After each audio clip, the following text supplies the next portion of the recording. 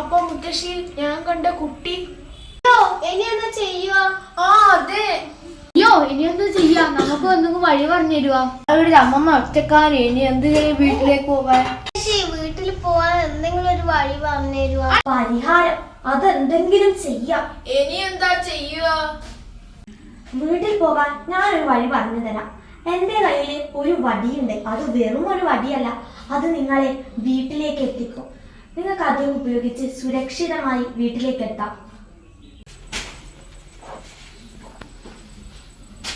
മക്കളെ, പോകുന്നതിന് മുന്നേ ഒന്ന് ശ്രദ്ധിക്കാനുണ്ട്.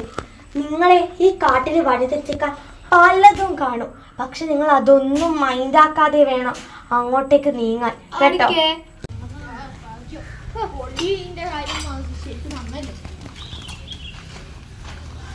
മക്കളെ, ഇന്നലെ നിങ്ങൾ എവിടെയാ പോയത്? അത്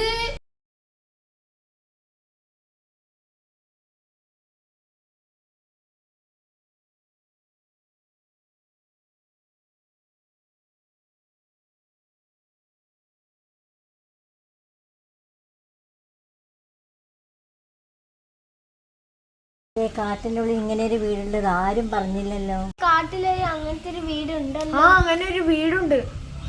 നമുക്ക് ഇങ്ങോട്ടേക്കുള്ള വഴി പറഞ്ഞു തന്നത്. ആരുമില്ല മക്കളെ, നിങ്ങൾ വന്ന് ഭക്ഷണം കഴിക്കും.